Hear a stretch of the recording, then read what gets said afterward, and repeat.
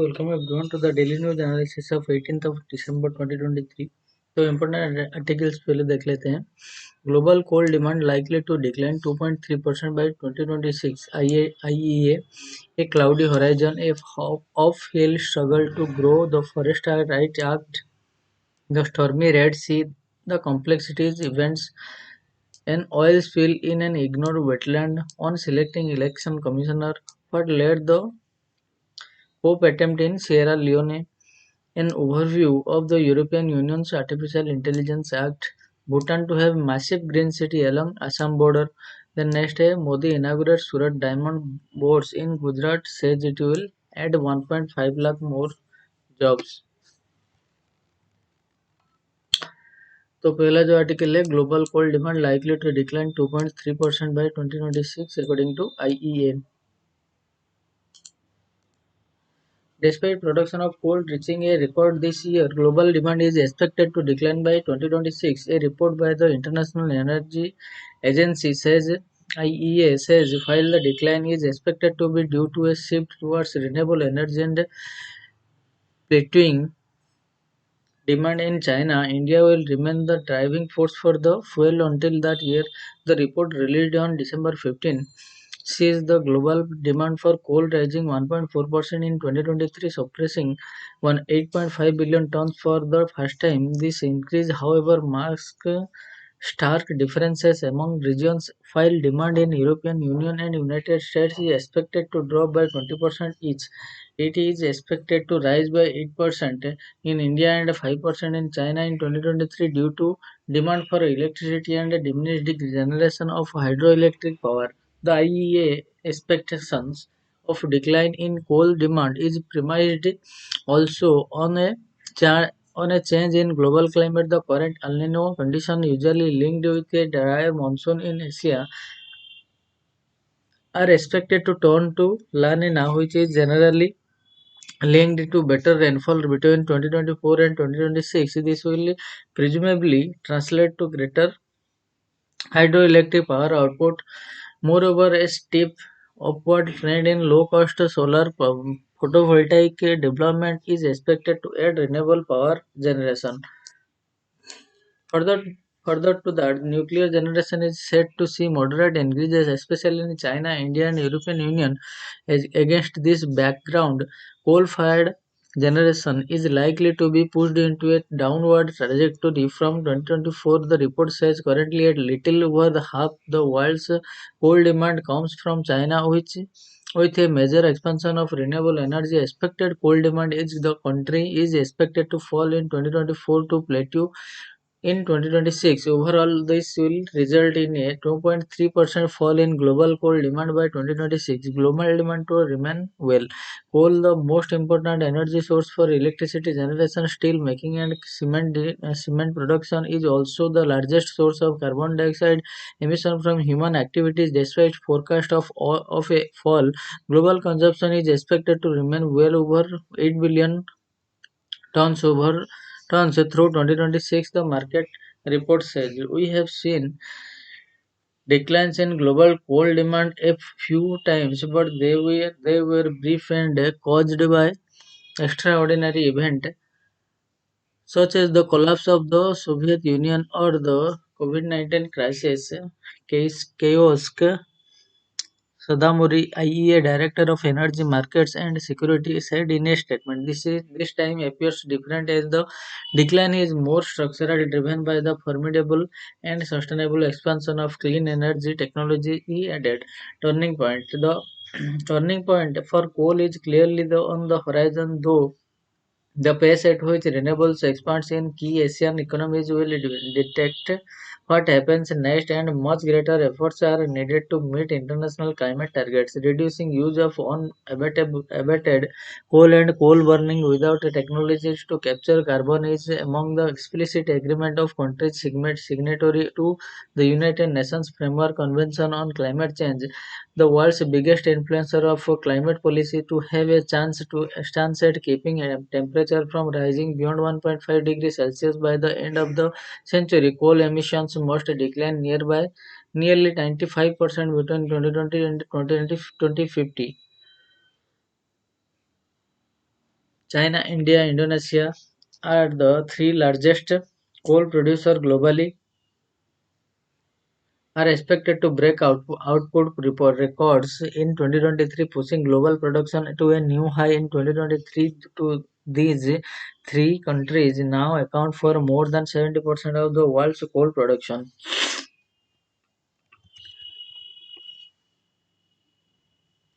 Next, struggle, an uphill struggle to grow the Forest Right Act.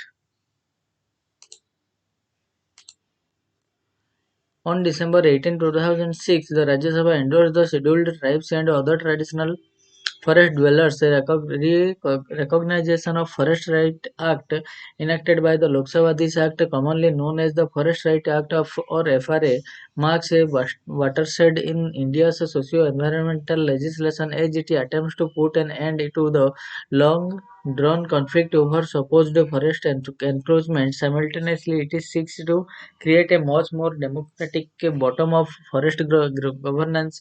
Unfortunately, the implementation of FRA has been plagued by political opportunism,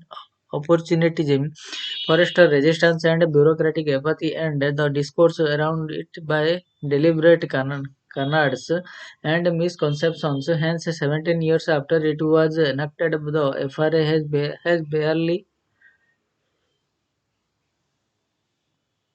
begun to deliver on its promise or of freeing forest dwellers from historic injustice and democratizing forest governance. To understand why this is so, we must first delve into what it is sought to do and how. Historic injustice. Prior to colonialism, local communities enjoyed customary rights over forest in their vicinity and or even a large region. Even when king or chieftains claimed say hunting rights in certain forest, local communities continued to enjoy all other forest benefits. The colonial takeover of the India's forest, however, resulted in a massive disruption of these traditions based on the false idea of eminent domain. The ruler always own all properties. The 1878 Colonial Indian Forest Act was passed and the takeover of India's forest began. The Imperial Forest Department was established to harvest and transform the forest to maximize their timber and revenue, and was also tasked with protecting state property against local communities now demand pressures. The injustice imposed by the colonial forest policy took multiple forms. First, now that the forests were seen as primary timber resources, shifting cultivation was banned. Second, the so-called survey and settlement of agricultural land was incomplete and biased in favor of states. Third, simultaneously to ensure labor for forest operations, forest villages were created wherein forest land was leased for agriculture to monthly Adivasi household in return for compulsory virtually bonded labor. Fourth, since forests were now state property, all access to forest produce was limited, temporary, and chargeable, and always the mercy of the forest bureaucracy that was armed with police powers.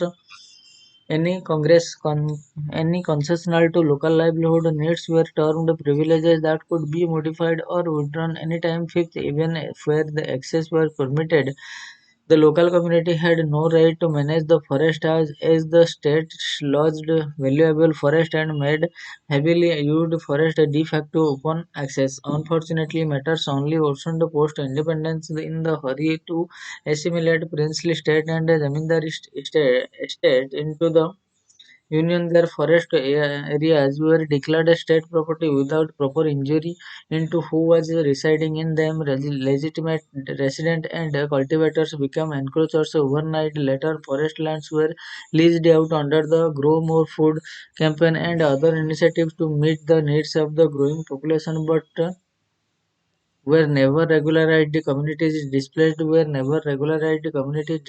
by dams were not given alternative lands and then ended up encouraging forest and land elsewhere, and forest exploitations continued as in colonial times but in the name of national interest, the Wildlife Protection Act of 1972 and the Forest Conservation Act of 1980 FCA, again conceived within the framework of eminent domain, became the sixth and seventh forms of injustice. Lakhs of communities were forcibly resettled when creating sanctuaries and national parks and in diverting forest for development projects. Neither were the views of or consent of projects, neither were local communities taken into consideration, nor in spite of imposing hefty net present value fees on the project were the local communities compensated for the impact of their on their livelihood. The FRA is remarkable because it is first of all acknowledges these historical colonial injustice and their continuation post-independence redress, then takes three broad forms.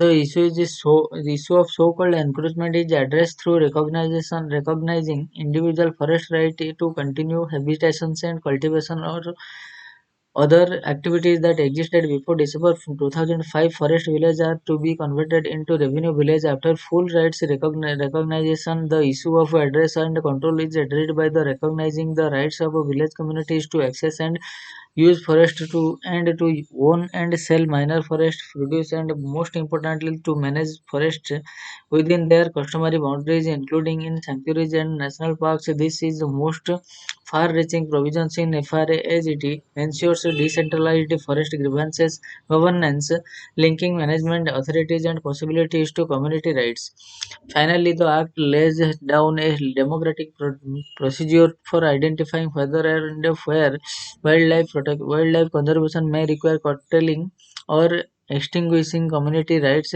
Simultaneously having community right over a forest translates ipso facto into the community having a say in, if not veto, over any diversion of that forest, and a right to compensation if diverted. This right was reaffirmed by the Supreme Court in Ayamgiri case, and although the Forest Conservation Rules of 2022 and the FCA Amendment of 1923 seeks to bypass this right, states can still put in place such consent mechanism distortion in implementation. Unfortunately, the politicians in most states focused solely on individual rights and projected the act as an encroachment regularization scheme. Some even encouraged illegal new cultivation in a few pockets, but even recognition of IFR was done rather stably compromised by forest department resistance, the apathy and ignorance of the other department, and misuse of technology. Claimants were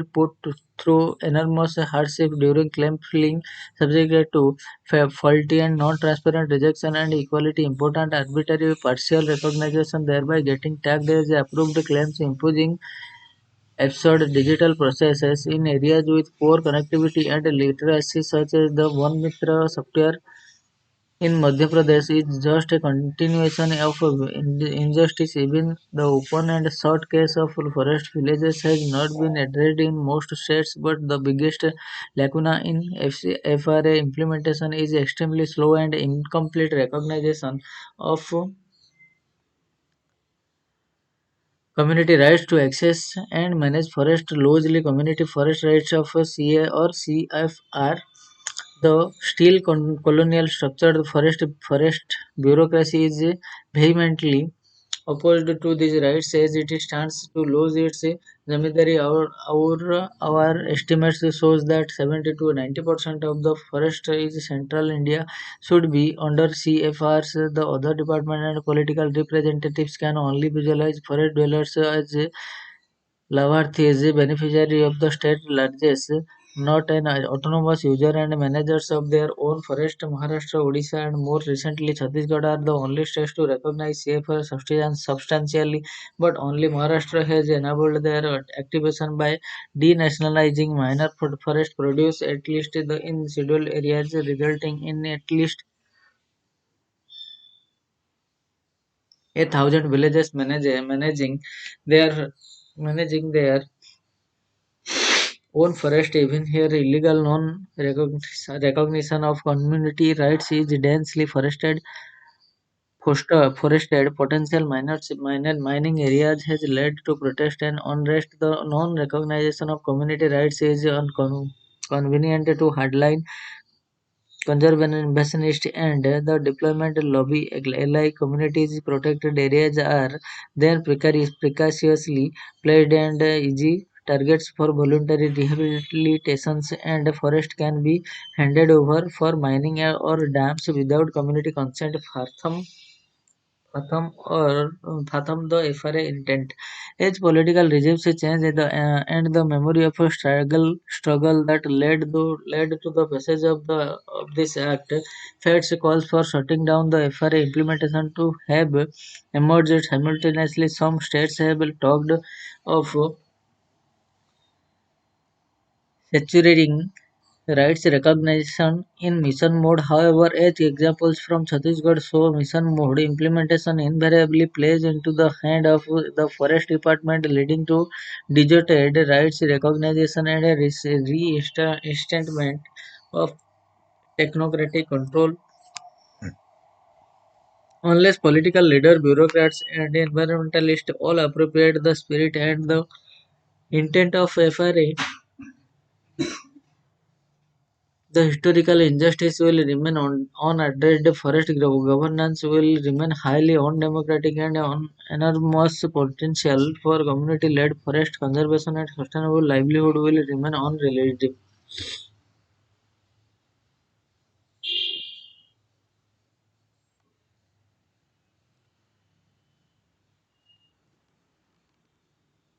And next, a cloudy horizon.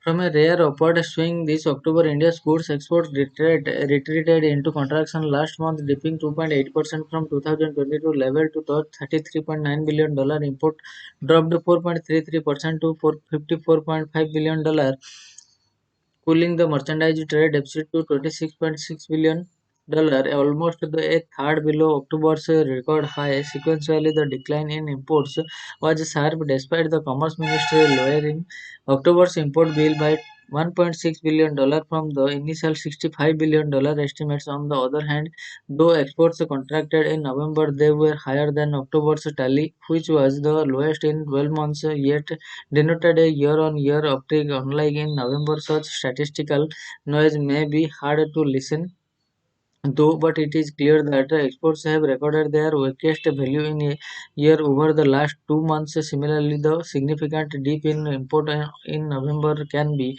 attributed to factors like a decline in discretionary demand for high value goods such as gems and jewelers and the global dip in prices of key items like petroleum products. Economists expect the dip to stay range bound between 20 billion to $25 billion through the remaining 4 months of year, but it is difficult to certain.